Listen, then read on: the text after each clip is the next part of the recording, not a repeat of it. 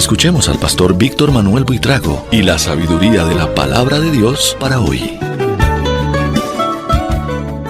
Señor Dios Todopoderoso, estamos estudiando un tema bastante complicado como es el Apocalipsis. Y necesitamos de toda tu ayuda, de toda tu revelación, de toda tu sabiduría. Y te suplico que nos des sabiduría, entendimiento para comprender esta parte de tu palabra, Señor. Edifícanos a través del estudio del Apocalipsis, Señor. Que sea tu Espíritu quien nos guía, nos lleva por cada verdad, Señor. Gracias en el nombre de Cristo Jesús. Amén. Amén. Muy bien, comenzamos nuestra lección número 8 de Apocalipsis. Hoy vamos a tratar Apocalipsis capítulo 7 entre el versículo 1 y el versículo 17. Así que voy a empezar leyendo Apocalipsis 1, 2 y 3. Capítulo 7, versículos 1, 2 y 3. Después de esto, vi a 4 ángeles en pie sobre los 4 ángulos de la tierra, que detenían los 4 vientos de la tierra para que no soplase viento alguno sobre la tierra, ni sobre el mar, ni sobre ningún árbol.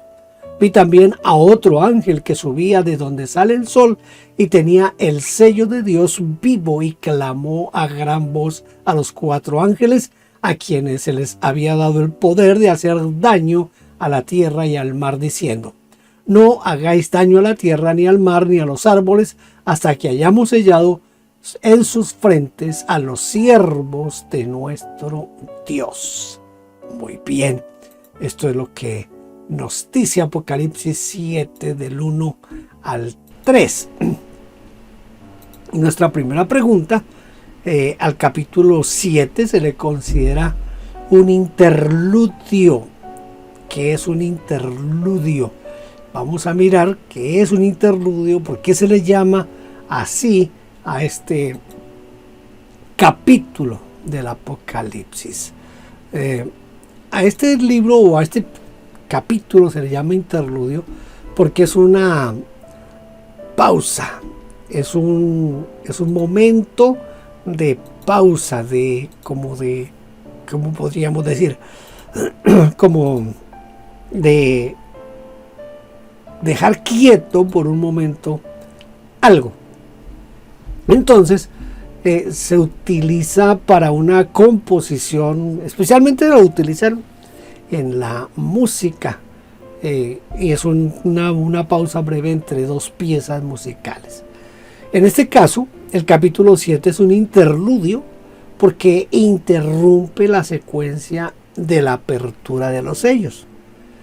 En lugar de describir lo que ocurrirá cuando se abre el 7º sello, hace un paréntesis para describir otro escenario.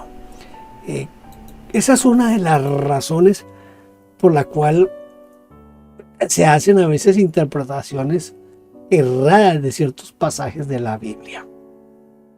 En la Biblia hay muchos paréntesis, es decir, la Biblia está narrando algo y de pronto se detiene para explicar algo de lo que acabó de decir o de lo que va a decir.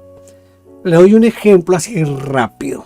En Génesis, el capítulo 2 es un paréntesis, porque acuérdense que en el capítulo 1 dice: y dijo Dios, hagamos al hombre a nuestra imagen y nuestra semejanza. Bueno, Dios crea al hombre, crea a la mujer, pero en el capítulo 2 lo que hace es el paréntesis de explicarnos cómo es que Dios creó al hombre. Entonces esa es una parte importante.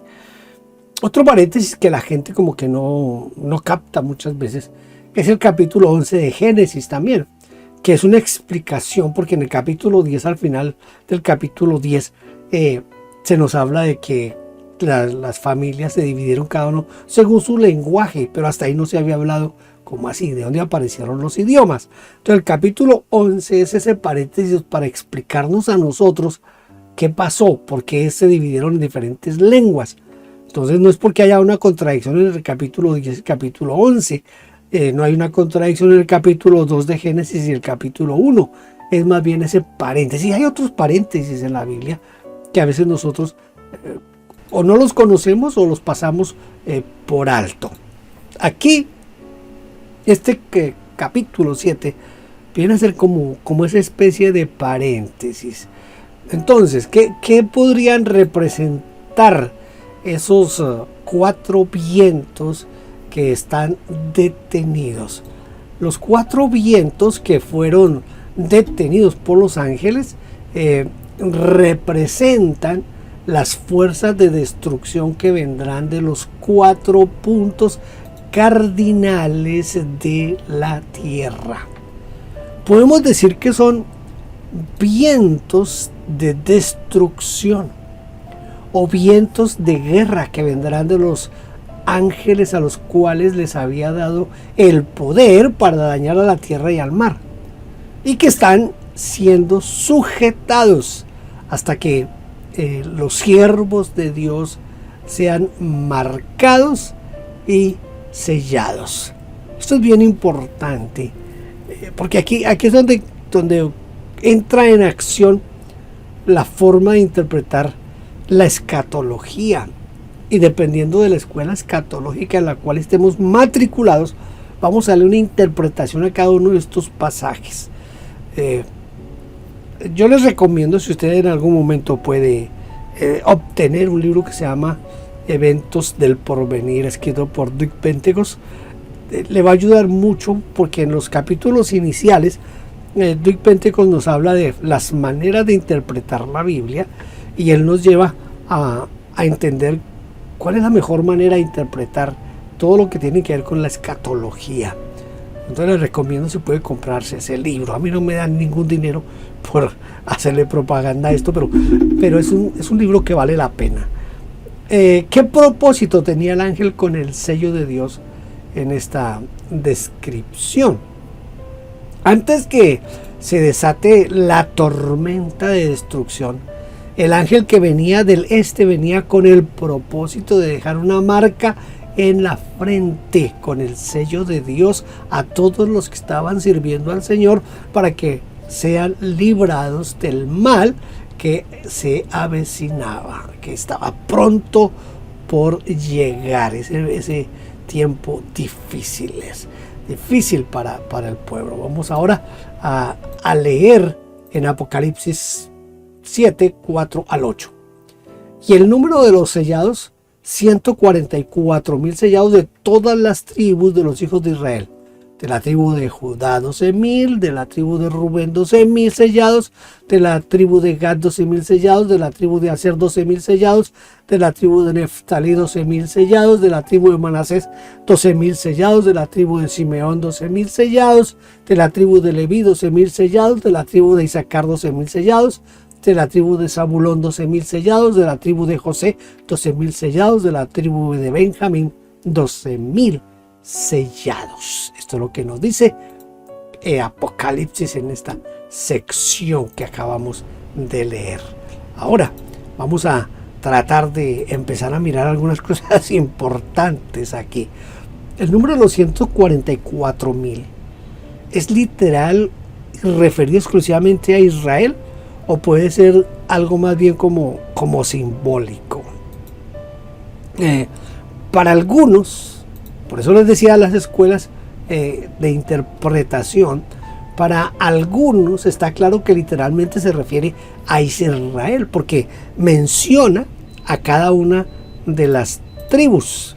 El hecho de que menciona a cada una de las tribus le da como ese énfasis en que va a ser para Israel. Por lo tanto, no existe la posibilidad que se trate de cristianos gentiles. Pero otros, basándose en las palabras del apóstol Pablo, que Pablo nos dice, porque no todos los que descienden de Israel son israelitas. Esto es, no los que son hijos según la carne son hijos de Dios, sino los que son hijos según la promesa son contados como descendientes. Esto es lo que dice Romanos capítulo 9, versículos 6 al 7. Y que por lo tanto los 144,000 representan en forma simbólica la totalidad de los siervos de Dios. sea que tenga un sentido literal o simbólico, no debemos perder de vista lo que realmente importa del texto. Esto es el interés, escuche, esto es el interés de Dios en proteger a los que le sirven, a tal punto que detiene el curso de la historia para sellarlos como propiedad suya y librarlos de lo que estaba a punto de suceder, que era el desastre.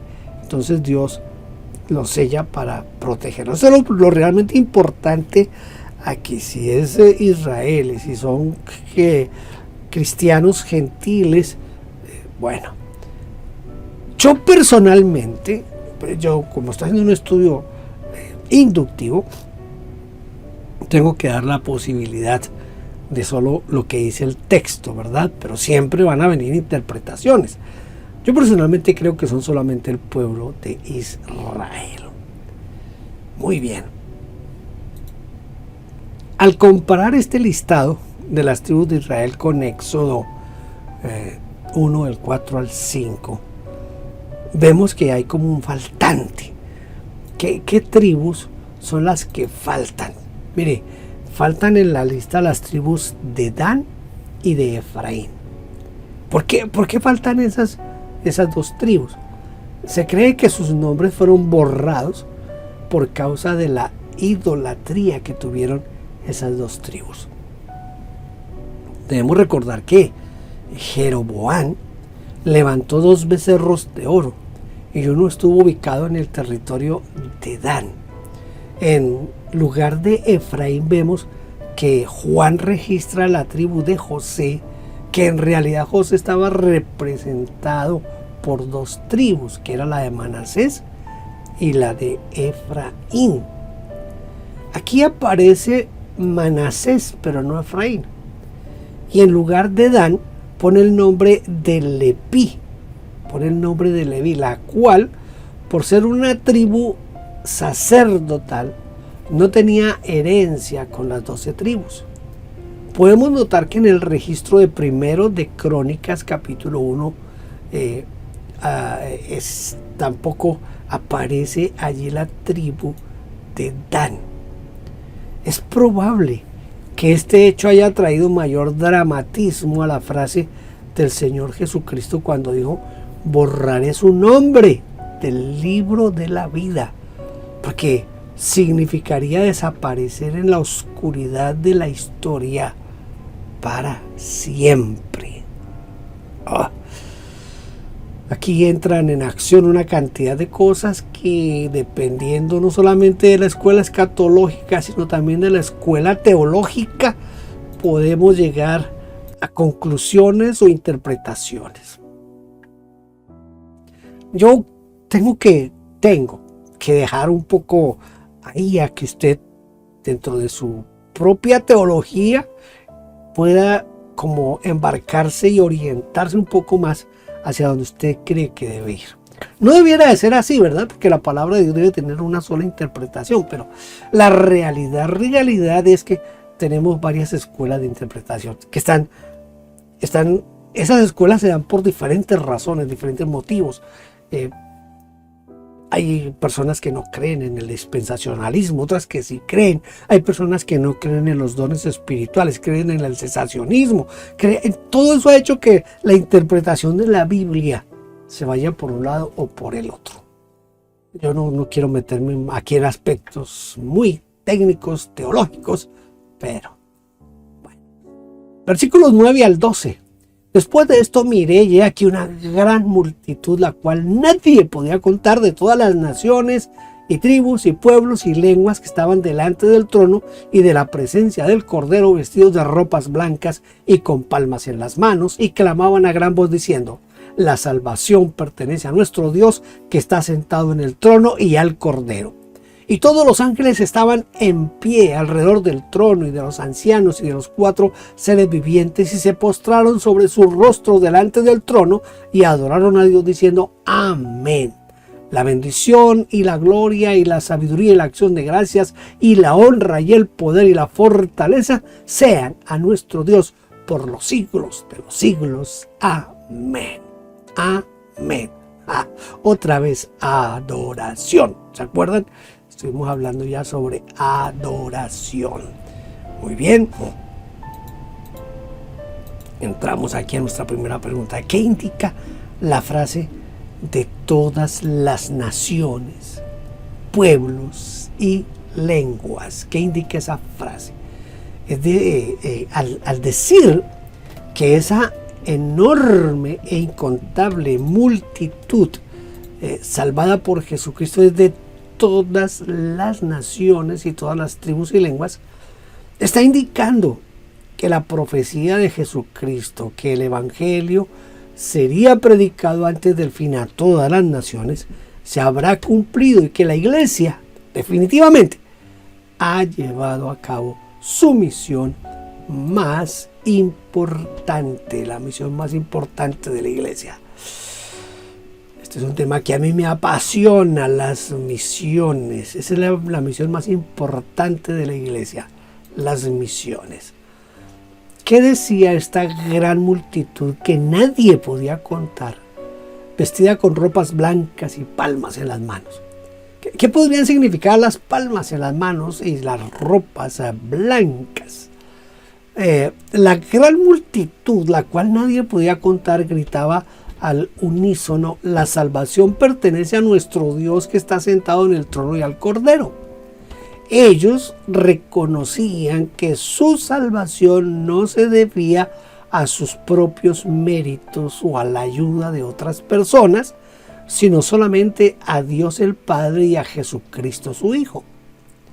Las palmas, es decir, las hojas de palmera que tenían en sus manos, simbolizaban la gloria, el triunfo y la victoria. Aún hoy se dice de alguien que ganó una carrera que se llevó la palma.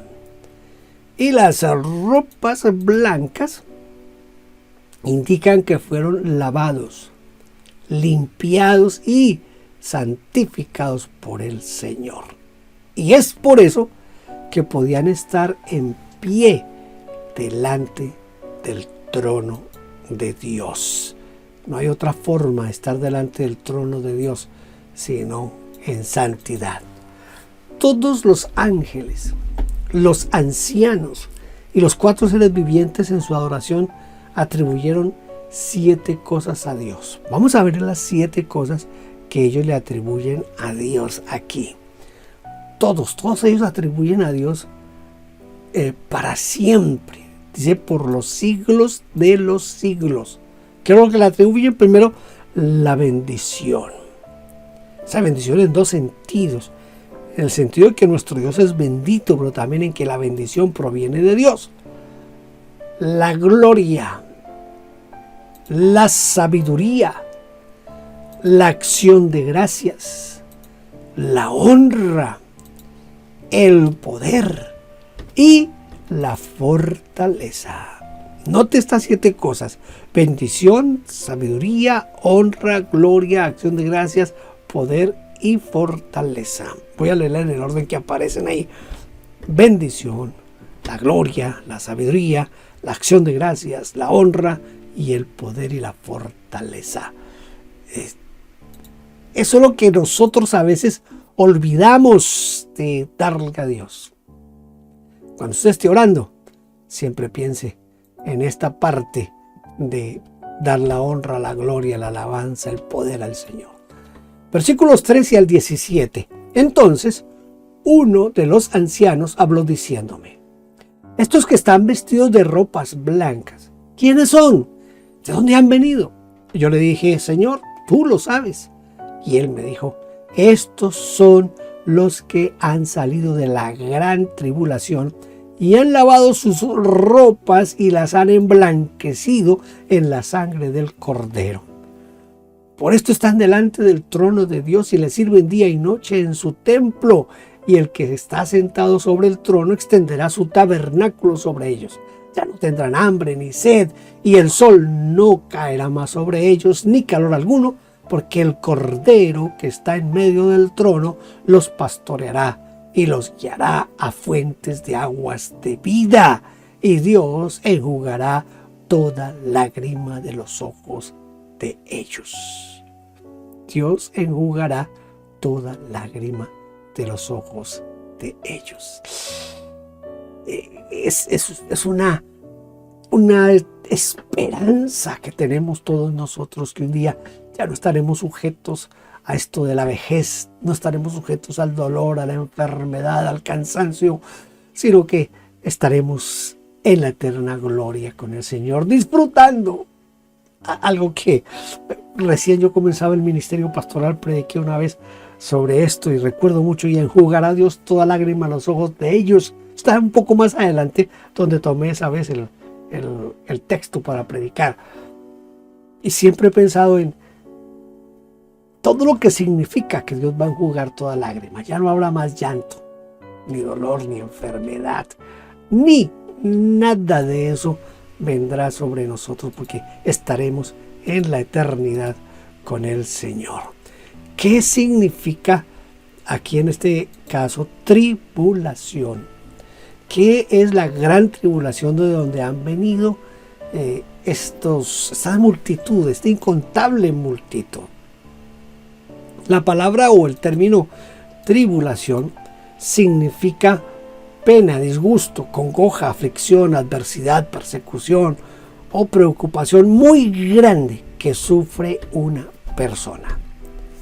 Jesucristo habló de la gran tribulación cuando Él dijo: porque habrá entonces gran tribulación, cual no ha habido desde el principio del mundo hasta ahora, ni la habrá. Y si aquellos días no fueren acortados, nadie sería salvo. Pero por causa de los escogidos, aquellos días serán acortados. Esto lo leemos en Mateo 24, del versículo 21 al 24. De esta gran tribulación vendrá una multitud que no se puede contar, indicando que antes o de pronto simultáneamente habrá también una gran evangelización por medio de la cual todos ellos serían salvos. Y no apenas salvos, sino con honores, porque llevarán en sus manos las palmas de la victoria ganada en medio de la lucha. No es cualquier salvación, y no la han obtenido de cualquier manera. La sangre tiñe de rojo, mancha, y quitar una mancha de sangre es un poquitico complicado, no emblanquece, porque dice entonces que han lavado sus ropas y las han emblanquecido en la sangre del Cordero. ¿Cuál es la razón para que lo diga de esa manera? Porque las ropas de la tierra, nuestras ropas, se manchan con la sangre. En cambio, las ropas del cielo se lavan y emblanquecen con la sangre del Cordero. ¿No le parece a usted eso maravilloso? Esto nos indica la realidad de otra dimensión que nada tiene que ver con la carne y la sangre de la tierra. Porque la carne y la sangre no pueden heredar el reino de Dios. Eso dice primero a los Corintios 15:50. Pero la sangre de Cristo no solo es nuestra herencia, sino también la garantía de nuestra salvación. Voy a tratar de enumerar todos los beneficios que disfrutarán los que están vestidos de ropas blancas. Esto es una esperanza para nosotros. Imagínese usted a los hermanos del primer siglo perseguidos por el Imperio Romano y reciben este tipo de aliento, de noticias alentadoras. Tiene que producir esperanza, tiene que producir gozo, tiene que producir alegría y ayudar a que estemos dispuestos a entregar nuestra vida por el Señor Jesucristo, ¿verdad? Entonces, estos son los beneficios de los que han lavado sus ropas en la sangre de Cristo Jesús. Primero, ocuparán un lugar muy cerca de Dios. Dice, estarán delante del trono de Dios. En segundo lugar, les servirán continuamente. Dice, de día y de noche en su templo. Tercero, estarán bajo la cobertura de Dios. Mire, el texto dice, y el que está sentado sobre el trono extenderá su tabernáculo sobre ellos. ¿Se acuerda del Salmo 91? Bueno, aquí está mostrando cómo Dios mismo va a extender protección sobre ellos y estarán bajo la cobertura de Dios. Cuarto, ya no tendrán ni hambre ni sed. Dos necesidades tremendas en el hombre hoy.